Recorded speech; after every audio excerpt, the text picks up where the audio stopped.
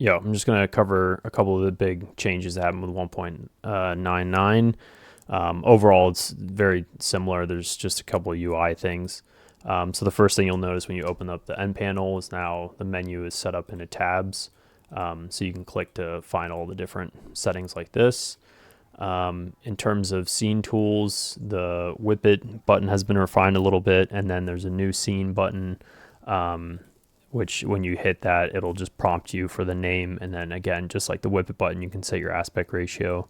Anytime you use either of these, it'll save whatever aspect ratio you had and the world color as well. And then duplicate scene will just essentially do like a full copy, except it'll rename everything for you. So that's really handy because whip it does need to look at some stuff.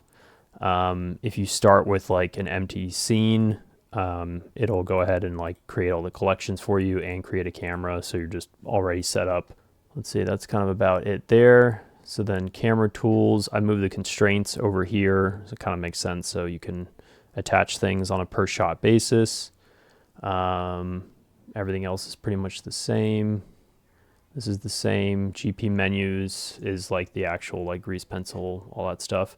You can now choose from all the different VFX. So if you want to do any of these on a per shot basis, so again, you just scroll down here and then you can adjust everything. So if you go into rendered mode, you can do that kind of motion blur. And then again, all of them have drivers here. So on a per shot basis. So if I do another control, let me go 2D storyboard mode. If I do Control Shift F, then I'll insert a new camera, and now that same grease pencil object does not have the blur active. Still getting used to the menus, but it's, so you can still see it here and it'll be labeled for whatever camera you have it set to. And then if I go back to the shot, it'll be active here. And then you can have more, you can have rim, and then you can shuffle them just like this using these guys. And then if you want to remove one, you just hit remove, and then that's it. So that's a new update. Everything else here is the same. And then export tools, just kind of updated kind of layout stuff just to make it a little bit tidier. So you can like click and drag and select all these guys, whatever you want. But everything else here is pretty much the same. And then outliner tools, you just have a clean outliner here now. And you have the same shot layer collection thing. So whatever item you want inside just a specific shot, you can hit add, and then this will only appear in this shot, and then it's not in this shot. If you hit remove, it will, you have to select it again, sorry. It'll put it back in the GP. If it's a grease pencil object, it'll put it back in the Whip It GP's grease pencil thing. So that way you can cycle between them. And then let's see. Oh yeah, and then this is a new create layer from selection. So let me hop back over to this scene here. So this is basically a fast way of, without putting stuff in a collection, it's just like a quick way of hiding multiple things. So if I want to hide all those Suzannes, go here and hit create layer from selection. You can name it Suzanne's, and then you can toggle off the selectability. So here now you can see in the outliner that I can't click on any of them. I'll just be clicking something else. And then you can turn that back on. You can hide everything. You can one-off like remove one. So then now those two are all together. You can quickly select all the objects. Again, that one was not in it, so I can add it back and then hit select all. Yeah. And then, so there's that. Again, so if you just wanted to add the cubes to their own thing, you just hit create layer from selection, and then you can hide just specific things. So this is a bit more like, if this is more 3D world stuff where you have maybe a ton of characters or props or things that just appear and like you need them across multiple shots, but there might be a shot where you don't want it in when you play blast something. So that's when you would use this versus the shot collection. The shot collection is basically like that thing will only ever exist inside that camera in that one shot.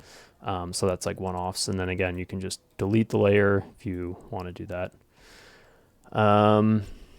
Yeah, so that's a new feature here. Again, the scene tools just kind of been simplified and cleaned up. A lot of back end changes, so things are just, more organized and will run more efficiently. I think that's kind of about it. Oh yeah, I moved the bracket buttons to the sides here. So all you have to do is just you can come in here and do that. You can also, again, use it over here. And you can map that to a keyboard shortcut too if you wanted. So it's just for the active camera. So whatever camera is active, and then I hit the bracket button, it'll extend it like that. So that's there. And just a heads up, this works for the active, if you hit any of these buttons, it only works for the active camera. So even if you're on this one and you hit this guy, it'll extend it for the active camera. It's not on a per camera basis, so just keep that in mind. I figured you're not going to be doing this anyways. And then let's see. Oh yeah, and then the preferences got a little update and just kind of made it a little bit tidier. So you can, camera settings are in the middle, gizmo bars are in the middle. That's about it basically. And again, you don't need to set this here. When you go to scene tools and you hit whip it, it'll remember anything you do here. It'll just it's coming from the preferences settings, so it'll just remember here. So that about covers the updates for version 1.99. Please hit me up if you have any questions or you run into any issues. I'm kind of at the point where this will be the last major update, and anything from here on out will just kind of be bug fixes. I think the add-on has more than enough features, definitely more than I was ever expecting to put into it. So I will, happy to do any bug fixes, and the next update will just kind of be refining things, and I'll add, some people have asked for the curve editor buttons here, so I'll look into that in the next thing, maybe in a week or two. But for now, that covers everything. Cheers.